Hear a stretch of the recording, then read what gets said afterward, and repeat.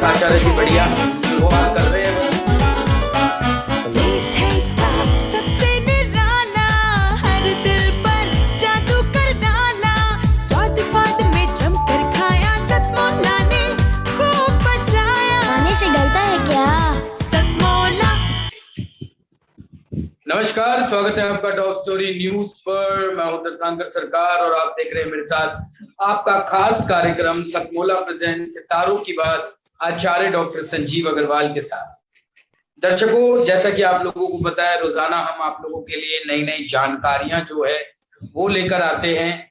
साथ ही साथ आपको आपके जीवन से जुड़ी, धर्म से जुड़ी, विज्ञान से जुड़ी, हर क्षेत्र से जुड़ी जो विभिन्न जानकारियां हैं वो आप तक पहुंचाने की हम लगातार जो है कोशिश करते हैं। अभी हम लोगों ने एक टॉपिक शुरू किया था वास्तुशास्त्र के ऊपर, जो हमारी सीरीज चल रही थी। पिछले एपिसोड में हमने जाना था वास्तुशास्त्र के नियम के विषय में। आज हम बात करने वाले हैं वास्तु पुरुष के विषय में। वास्तु पुरुष क्या है, इसके विषय में आज हम चर्चा करेंगे। इसके साथ ही साथ इस महीने में बहुत सारी राशियां जो है उनमें परिवर्तन हो रहा है। कौन कौन सी वो राशियां हैं जिनमें परिवर्तन हो रहा है और किस तरीके से अन्य राशियों पर इसका प्रभाव पड़ने वाला है और आप लोगों के जीवन में इसका क्या बदलाव आने वाला है, इस विषय में भी चर्चा करेंगे। आचार्य जी को मैं अपने साथ जोड़ना चाहूंगा। आचार्य जी, बहुत बहुत स्वागत है आपका टॉप स्टोरी न्यूज पर। नमस्कार, जय माँ भारती, जय श्री राम।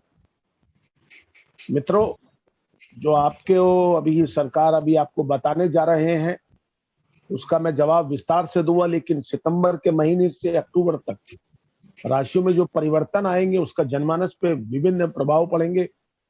जो देश के अंदर वर्तमान सोच लोगों की हुई है उसके अंदर परिवर्तन आएगा। साथ में जो विश्व के अंदर युद्ध की स्थिति है उसके अंदर परिवर्तन आएगा। वो सब मैं बताऊंगा। पहले क्वेश्चन ले लेते हैं आपके लिए, सरकार से मिलते हैं, वो पूछते हैं क्या क्वेश्चन हमें बताना। जी आचार्य जी। आचार्य जी, जो हम वास्तुशास्त्र की सीरीज जो कर रहे थे, जिसमें आपने पहले दिन दर्शकों को वास्तुशास्त्र के नियम के विषय में बताया वास्तुशास्त्र एक्चुअल में है क्या, उसी सीरीज का दूसरा पहलू आज जो है हम शुरू करने जा रहे हैं, जो है वास्तु पुरुष। वास्तु पुरुष क्या है आचार्य जी, इसके बारे में थोड़ा दर्शकों का मार्गदर्शन कीजिए।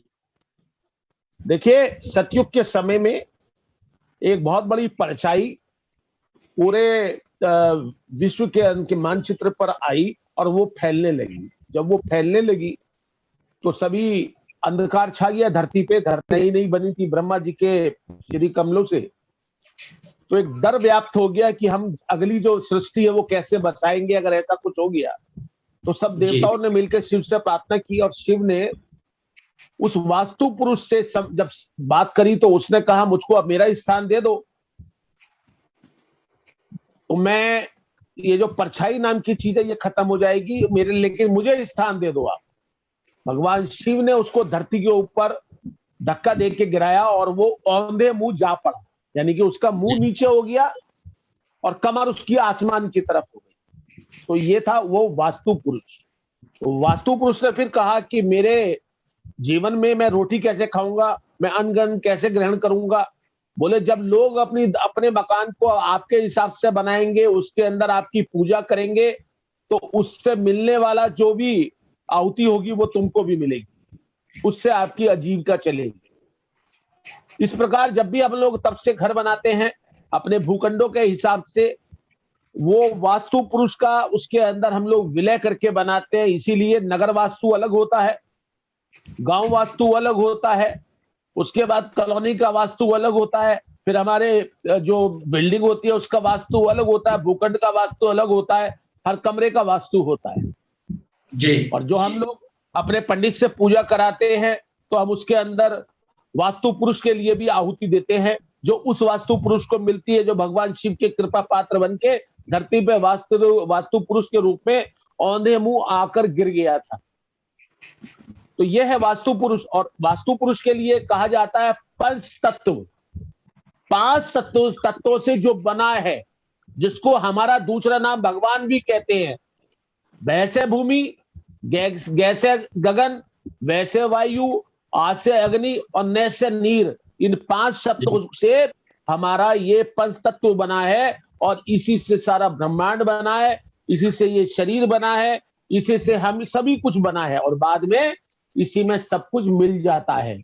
जो लोग अपने घर के अंदर, अपने शरीर के अंदर इन 5 चीजों को बराबर महत्व देते हैं, उनका घर भी निरोगी रहता है और उनका शरीर भी निरोगी रहता है। ये है जी। वास्तु। और जो लोग इसके साथ कंप्रोमाइज करके अच्छा घर वास्तु के हिसाब से बना लेते हैं, उनके घर में 45% परेशानी तो आती ही नहीं है। इसको समझ लेना चाहिए। घर चाहे 25 गज का हो, घर चाहे 25,000 गज का हो, वास्तु सब पे एक सा लागू होता है।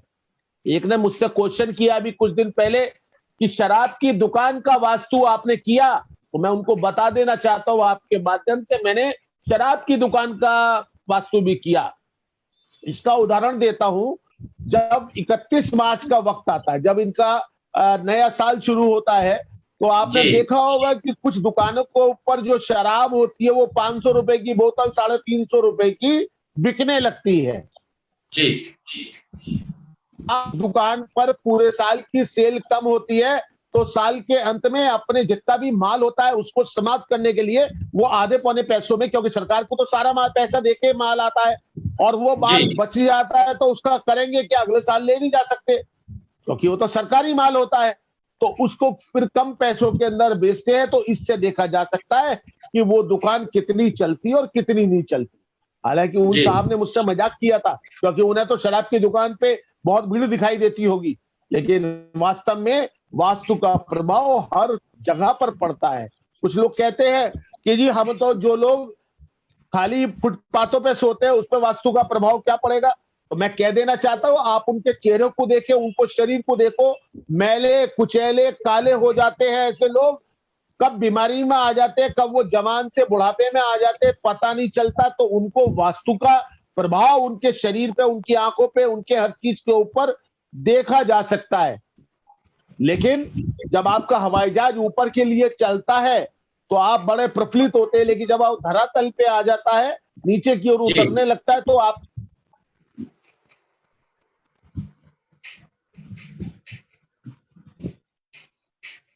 जी। ऐसी स्थिति के लिए ही वास्तु की कल्पना की गई है। 5 तत्वों को हम लोग बैलेंस करके वास्तु पुरुष को सम्मान देते हैं, उससे हमारा सभी कुछ ठीक रहता है। और यही वास्तु है और यही वास्तु पुरुष का पूरा सृष्टि का रचिया है। इसी से जी। रचना होती है और यही वास्तु पुरुष का महत्व माना। जी आचार्य जी, बहुत बहुत धन्यवाद आचार्य जी, वास्तु पुरुष के विषय में इतनी महत्वपूर्ण जानकारियां दर्शकों को देने के लिए। अब मेरा अगला सवाल जो है आचार्य जी, क्योंकि जैसे कि इस महीने में बहुत सारी राशियों में बदलाव देखने को मिल सकता है, बहुत सारी राशियों में बदलाव आ रहा है, तो ये जो परिवर्तन आ रहा है, सबसे पहले तो कौन कौन सी राशियों में परिवर्तन है और इसका बाकी राशियों पर क्या असर पड़ेगा और कैसे जीवन में बदलाव आएगा, इस परिवर्तन को किस तरीके से देखते हैं? देखिए, सितंबर में राशि परिवर्तन का अंबार है, इसमें कोई नहीं, कभी खुशी मिलेगी, कभी गम मिलेंगे। इससे हमें सभी जनमानस को रूबरू होना पड़ेगा और विश्व में हलचल मचेगी, अलग है, पर युद्ध के आसार कम होते चले जाएंगे। अफगानिस्तान में जो चल रहा है उसमें भी कमी आएगी। 5 सितंबर को शुक्र अपनी तुला राशि में प्रवेश करेगा रात को 12:50। लोगों में आमोद प्रमोद के साधन जुटेंगे। जो इस समय की कपोल बातें हो रही है उसके अंदर विराम लगेगा और लोग अपने सुख साधन को जुटाने के लिए अपने आप को ध्यान केंद्रित करेंगे। इसके बाद मंगल ग्रह का कर्क राशि में प्रवेश होगा, शीतलता प्रदान होगी, क्योंकि अभी सिंह में अंगारक योग बना रहा था, सूर्य के साथ बैठा हुआ था। 6 सितंबर को 3:57 सुबह के वक्त में मंगल देवता कन्या राशि में जाएंगे और यहां पर 21 अक्टूबर तक बने रहेंगे। लेकिन 21 अक्टूबर तक जरूर बने रहेंगे, लेकिन उससे पहले 17 अक्टूबर को, 16 अक्टूबर की रात को सूर्यदेव फिर संक्रांति करके 7 में पहुंच जाएंगे तुला राशि में, क्योंकि अभी वो कन्या राशि में जाएंगे, इसके बाद उस समय तुला राशि में पहुंच जाएंगे, तो उस समय का योग अलग बनेगा। सूर्य की संक्रांति 16 सितंबर की रात को होने जा रही है और वो सूर्य की संक्रांति कन्या राशि में होगी, अर्थात सूर्य की संक्रांति को हर महीने हर साल में 12 बार सूर्य की संक्रांति होती है और 14 तारीख से 17 तारीख के बीच में वो संक्रांति अक्सर देखी जा सकती है। सूर्य की संक्रांति 16 सितंबर को जो होगी और सूर्य सिंह राशि से अपनी सिंह राशि से कन्या राशि में जाएगा मध्य रात्रि 1:12 और 17 अक्टूबर तक यहाँ रहेगा। मंगल के साथ युति से राजनीति में कुछ गर्मा गर्मी होगी और व्यापार में लाभ बढ़ सकता है क्योंकि मंगल उस समय युति करेगा। जी 14 सितंबर को वक्रीय गुरुदेव भी दोपहर 2:34 पे कुंभ राशि में, कुंभ राशि से वापस मकर राशि में आकर 20 नवंबर तक बने रहेंगे, जो आम जन को कष्ट बढ़ा सकते हैं। सावधानी अपेक्षित है। राजनीतिक और सामाजिक गतिविधियों पे इसका प्रभाव नकारात्मक पड़ेगा। आपको पता होगा जो पिछले दिनों कोरोना का हुआ था उसमें मकर के अंदर गुरु भी था शनि के साथ। अतः उत्तरी भारत के लोगों को सावधान कर देना चाहता हूं, ये समय उत्तरी भारत के लिए बढ़िया नहीं है। जैसे मैंने 15 अगस्त के लिए बताया था, आपने देखा केरल, गुजरात में, नॉर्थ ईस्ट के अंदर और साथ में तमिलनाडु में और कर्नाटक में क्या बुरी हालत हो रही है इस समय कोरोना की। 48,000 से तकरीबन केस आ रहे हैं। तो वो समय जो होगा वो उत्तरी भारत का होगा। सावधानी अपेक्षित है। भीड़ में जाने से बचे, भीड़ का हिस्सा बनने से बचे। 22 सितंबर को राजकुमार बुध, हम बुध को राजकुमार बोलते हैं, सबसे सुंदर चमकीला ग्रह होता है और किसी भी राशि में मादा से 17 साल की आती है। बुध भी तुला राशि में सुबह 8:18 पे 22 सितंबर को प्रवेश करेंगे जी और बनाएंगे लक्ष्मी नारायण योग। धन की स्थिति बहुत बढ़िया होगी सभी के लिए। इसके बाद 22 नवंबर को वृश्चिक राशि में प्रवेश कर जाएंगे, पर इसी बीच वक्री होकर बुध 1 अक्टूबर को कन्या में वापस आकर 2 नवंबर को फिर से तुला में आ जाएंगे, जिसका प्रभाव शिक्षा और व्यापार में नकारात्मक पड़ सकता है।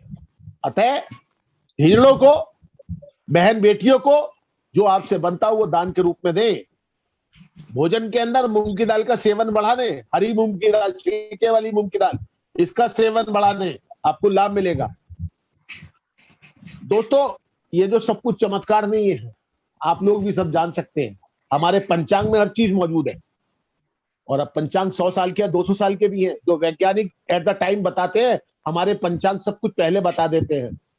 जब लोगों को साइंस का इतना अनुमान नहीं था तो हमारे पंचांग के द्वारा सूर्य की स्टिक गणना बता दी गई थी कि सूर्य हमसे इतनी दूर है, बुध हमसे इतनी दूर है, गुरु हमसे इतनी दूर है, चंद्रमा हमसे इतनी दूर है, मंगल हमसे इतनी दूर है। तो सब कुछ गणना हमारे पास है। और सूर्य की गणना तो आपके हनुमान चालीसे में 400 साल पहले की गई है। हनुमान जी की रचना, हनुमान चालीसे की रचना तुलसीदास जी ने आपसे 400 साल पहले की थी। ये हमारा देश बड़े विलक्षण प्रतिभा का देश है। यहाँ पे हर चीज सनातन धर्म और हिंदू धर्म की मान्यताओं के अनुसार सब कुछ व्यवस्थित तरीके से पहले हो जाती है। तो आज के लिए मेरा इतना ही है। आपको वास्तु पे, ज्योतिष पे जो भी मैंने बताया, ये हमारा बहुत मेहनत का परिणाम है। बाकी जैसे सरकार कहें फिर आगे और चलते हैं आपके साथ। जी आचार्य जी, बहुत बहुत धन्यवाद आचार्य जी। कुछ सवाल यहाँ हमारे पास आ चुके हैं दर्शकों के, उन्हें लेना चाहेंगे हम। सवाल भेजा है जितेंद्र सिंह बघेल ने। इनका जन्म दिल्ली में हुआ है और डेट ऑफ बर्थ है 5 मई 1989। समय है 11:15 रात के।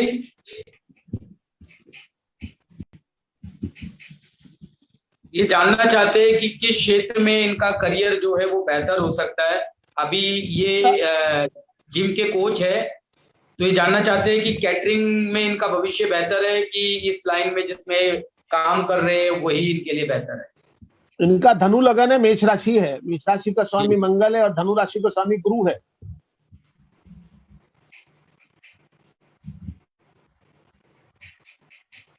जी शनि इनका लगन में और मंगल इनका 7वें घर में है।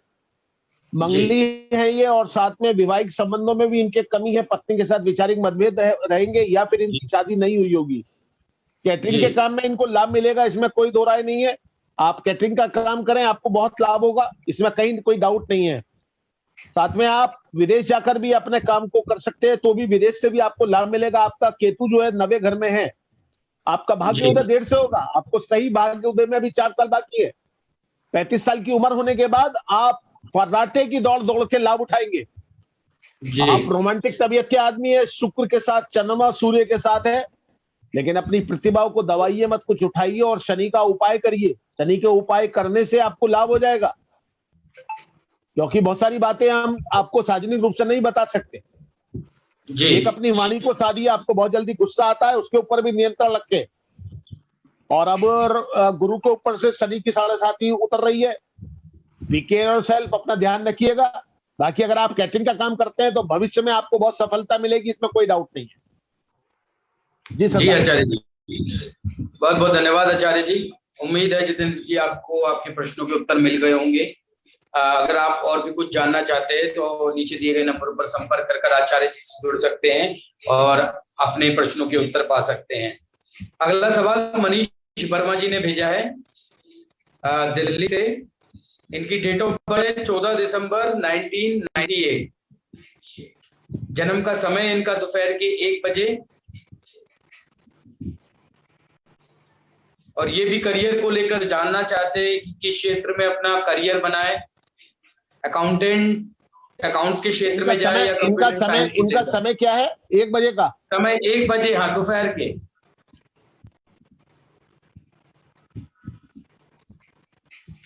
इनका मीन लगन है, तुला राशि है, एकादशी को इनका जन्म हुआ है, सोमवार के दिन। मंगल ये मंगली हैं और मंगल इनका जो है 7वें घर में। कमाई तो इन्होंने शुरू कर दी होगी छोटी उम्र से, बहुत समझदार इंसान है ये।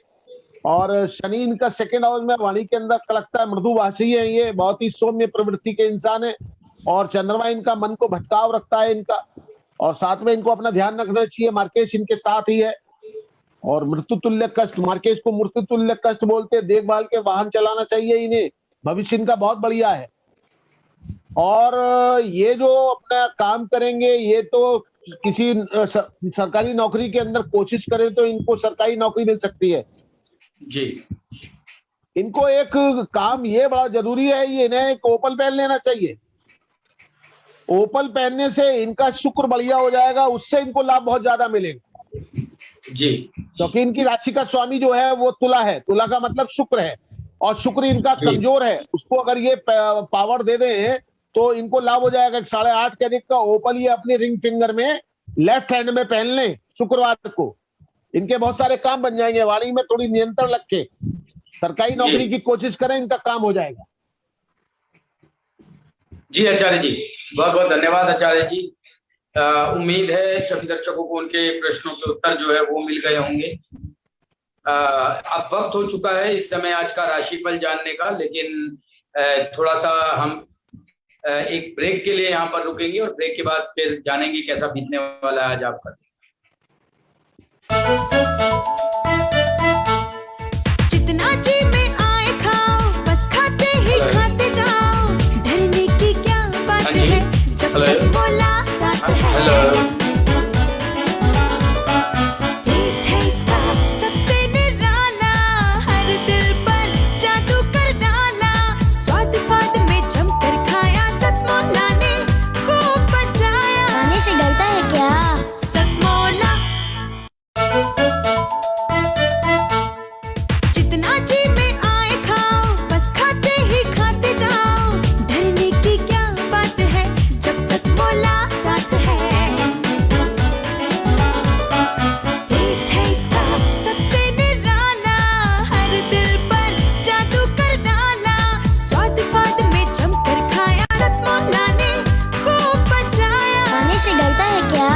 सतमोला। जितना जी में आए खाओ, बस खाते ही खाते जाओ। डरने की क्या बात है जब सतमोला साथ है। टेस्ट है इसका सबसे निराला, हर दिल पर जादू कर डाला। स्वाद स्वाद में जमकर खाया, सतमोला ने खूब बचाया। खाने से डरता है क्या? सतमोला।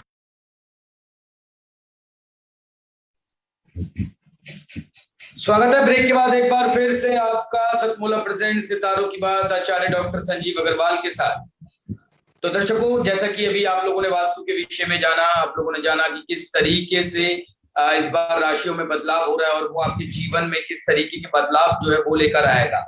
साथ ही साथ आपके द्वारा भेजे गए प्रश्नों के उत्तर भी हमने आप लोगों को दिए। अब वक्त हो चुका है इस समय आज का भविष्य फल जानने का, राशि अनुसार कैसा बीतने वाला है आपका दिन। आचार्य जी से अनुरोध करूंगा कि दर्शकों को आज उनका भविष्य फल बता दे, कैसा बीतेगा उनका।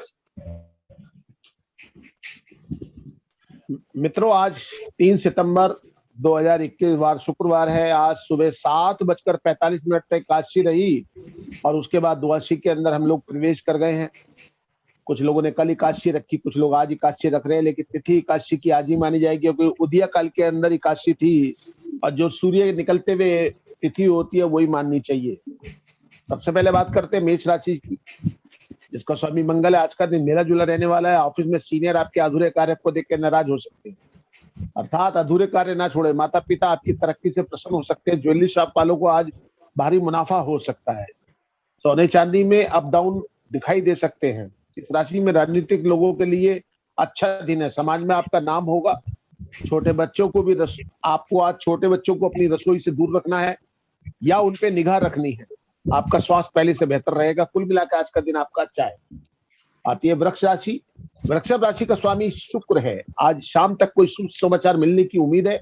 घर में खुशियों का माहौल रहेगा। अगर आपके रिश्ते होने वाले हैं तो आपके रिश्तों की बात चल सकती है। ऑफिस का काम समय से पहले पूरा हो जाएगा, जिससे आपका मन, आपके घर वालों का मन अच्छा रहेगा। आप घर वालों को समय दे सकेंगे। कारोबार में किसी भी नई योजना को बनाने का समय, ये समय बेस्ट समय है। जो लोग इलेक्ट्रॉनिक इंजीनियर है उनको भी सफलता का समय है। स्वास्थ्य के प्रति आपको सतर्क रहने की जरूरत है। दही का सेवन करने से बचें और साथ में आपको ये चाहिए कि जो पत्तेदार सब्जी है वो ना खाएं। मिथुन राशि, आपकी राशि का स्वामी बुध है। शनि की ढैया चल रही है। आज का दिन आपके लिए फायदेमंद साबित होगा। लंबे समय से रुके हुए काम को पूरा करने में आप अपने मित्रों की मदद भी ले सकते हैं। जिन लोगों के कचहरी के काम है वो उन्हें भी पूरा कर सकते हैं। ऑफिस में सहयोगी आपका सम्मान करेंगे, आपको सहयोग भी देंगे। लोग आपके से प्रेरणा लेंगे। जो छात्रों का मन पढ़ाई में भटक रहा था, आज उनका मन भी जुड़ सकता है। वो अपने शिक्षकों से लाभ ले सकते हैं। जो लोग मार्केटिंग से जुड़े हुए हैं उनका दिन आ गया है भाग दौड़ करने का। आप भाग दौड़ करिए, आपको निश्चित तौर से सफलता मिलेगी और धन आने से आपको खुशी मिलेगी। आती है कर्क राशि। आज आप खुद को ऊर्जावान महसूस करेंगे। आप बहुत संवेदनशील है। चंद्रमा आपकी राशि का स्वामी है। जिस भी काम में पूरा करने की सोचेंगे उसमें मेहनत तो करनी पड़ेगी, लेकिन काम आपका हो जाएगा। व्यापार में रुको हुआ पैसा आपका वापस आ सकता। साथ ही धन लाभ के लिए आपको रास्ते बनने लगेंगे, बनते हुए दिखाई देंगे। आज घर पर अपनी माता से कुछ अच्छा और नया सीखने का मौका मिल सकता है। आज आप सोना खरीदने के लिए भी कुछ सोच सकते हैं कि सोना खरीद के अपनी पत्नी को या अपने लिए भी कोई चीज बना ले। स्वास्थ्य के प्रति आपको ध्यान देने की आवश्यकता है।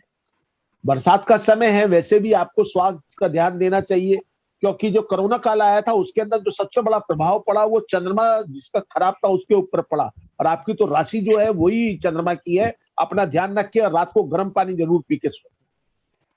आती है सिंह राशि। स्वामी आपका सूर्य है। आज किस्मत आपका साथ रहेगी। किसी नए काम की शुरुआत होगी जो आपके लाभ में रहेगा। व्यापार कर सकते हैं, व्यापार का मुहूर्त करा सकते हैं। कोई करीबी आपको अच्छी सलाह देगा जिससे आपको लाभ होगा। आज आप शेयर के मार्केट से भी आप लाभ उठा सकते हैं। नव विवाहित अपने जीवन साथी के साथ अच्छा समय बिताएंगे। कहीं आप घूमने का प्रोग्राम भी बना सकते हैं। आज का दिन कुल मिला के बहुत मजबूत रहने वाला। रिश्तों को नए आयाम देने का दिन आज ही का है। आती है कन्या राशि। आज आपके लोगों की परवाह किए बिना अपने काम पर ध्यान देने की जरूरत है। आज के दिन कोई रिश्तेदार आपको शुभ समाचार दे सकता है। ऑफिस में आपको कोई नया काम मिल सकता है। कोई नई जिम्मेदारी आपको मिल सकती है। आपको यदि आप कंपनी मामले के अनुभवी हैं तो आपको तरक्की मिल सकती है। अपने सीनियर के जो लॉ की पढ़ाई कर रहे स्टूडेंट है उनके लिए भी अच्छा दिन है। और मित्रों, आपको मेहनत करनी पड़ेगी तभी आपको बहुत कुछ मिलेगा। खाली घर बैठे कुछ नहीं मिलेगा। आती है तुला राशि। इसका स्वामी शुक्र है। शनि की ढैया चल रही है। आज का दिन आपके लिए मीडियम रहने वाला है। कुछ मीठा कुछ खट्टा, यही आज का दिन है। कुदरत ने आपको आत्मविश्वास और तेज दिमाग तो बख्शा है, लेकिन शुक्र का कमजोर होने से आज आपको दिक्कत का सामना करना पड़ेगा। आपको समय का पूर्ण उपचार करना है, पूर्ण इस्तेमाल करना है और अपने पैसे को संभाल के रखना है। पैसा किसी को उधार मत दीजिएगा। उधार दिया हुआ पैसा ये सोच के दीजिए कि वापस नहीं आएगा।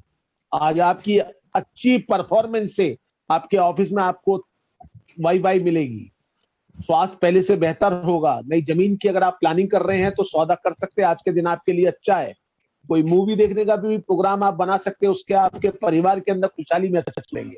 आती है वृश्चिक राशि, मंगल आपका स्वामी है, आज का दिन फायदेमंद रहेगा।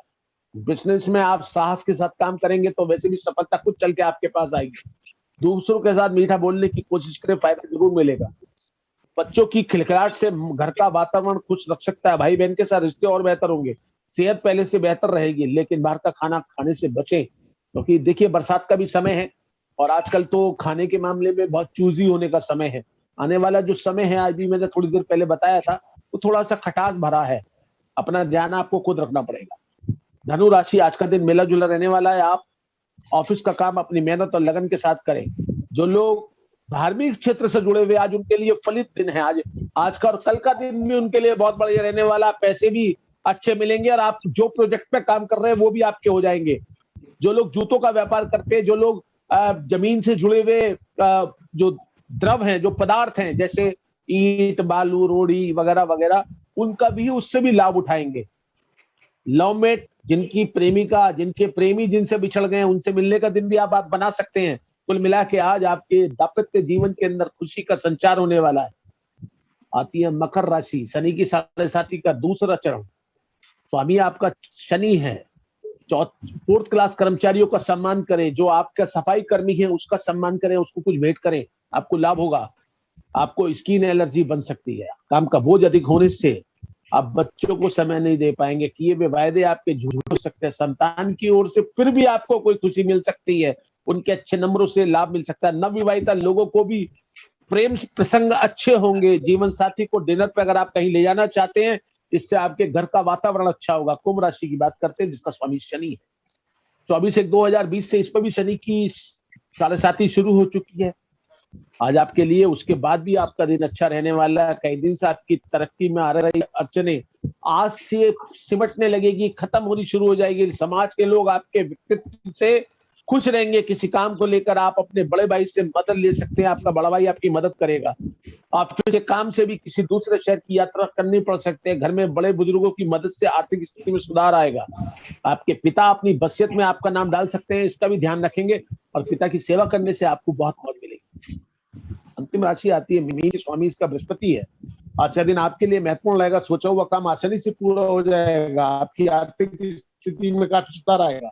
गहरे पानी में या छत की टॉप पर जाने से बचना चाहिए। आपको तेज वाहन चलाने से आपको नुकसान हो सकता है। नौकरी पेशा लोगों को आज का नया काम मिलने का है। उन्हें नए काम को आज अपनी समझदारी से पूजा करेंगे। उसके पूरा होने से आपको और आपके परिवार में खुशी आएगी। किसी अनजान व्यक्ति पर भरोसा ना करें, वहां आपको हानि हो सकती है। जो लोग शेयर के काम में लगे हुए हैं उनको भी लाभ होगा। जो लोग सिविल इंजीनियर हैं उनको भी नौकरी लगने के चांस बनते दिखाई दे रहे हैं। दोस्तों, ये तो है राशियां, लेकिन एक मैं आपको सबसे बड़ी राशि की बात करता हूं, मानवता की। यदि आपके पड़ोस के अंदर कोई आपका पड़ोसी भूखा बैठा है और आप रोटी खा रहे हैं तो उसके साथ जरूर शेयर करें। इससे ईश्वर भी खुश होगा, पड़ोसी भी खुश होगा और आपके मन को भी चैन आएगा। आज के लिए इतना ही। कल नई समस्या के साथ, उसके निदान के साथ कल फिर मुलाकात होती है। तब तक के लिए आपके लिए नमस्कार और आप खुश रहिए, खुश रहिए, खुश रहिए। भीड़ का हिस्सा बनने से बचे, भीड़ को में जाने से बचे और तेज रफ्तार सड़क पर चलने से भी बचे। बरसात के समय में गाड़ियों के टायर फिसल जाते हैं, उससे चोट लगने का डर है। आजकल देख रहा हूं भारत के अंदर एक्सीडेंट बहुत हो रहे हैं। मैं तो अपने भारत के बारे में जानता हूं, तेज रफ्तार हमेशा नुकसानदायक है। रफ्तार से चलो लेकिन मध्यम रफ्तार बना के रखो, तभी आपको लाभ होगा। इसी के साथ मैं अपनी बात को समाप्त करता हूं। जय श्री राम, जय मां भारती। आचार्य जी, बहुत बहुत धन्यवाद आपका दर्शकों को उनका आज का भविष्य फल बताने के लिए। सभी दर्शकों से मेरा अनुरोध है, इस वीडियो को ज्यादा से ज्यादा शेयर कीजिए अपने दोस्तों के साथ, अपने परिवारजनों के साथ, मित्रगणों के साथ, ताकि सभी लोग इससे लाभ उठा सके। यूट्यूब पे हमारे चैनल को सब्सक्राइब कर बेल आइकन दबाइए ताकि सबसे पहले हमारी वीडियोस आप पा सके। ताजा तरीन खबरों को पढ़ने के लिए लॉग इन कीजिए www.topstory.online। कहीं मत जाइएगा, बने रहिएगा खबरों में। फिर मिलेंगे कुछ नई जानकारियों के साथ। तब तक के लिए देखते रहिए सतमोला प्रेजेंट सितारों की बात आचार्य डॉक्टर संजीव अग्रवाल के साथ। धन्यवाद।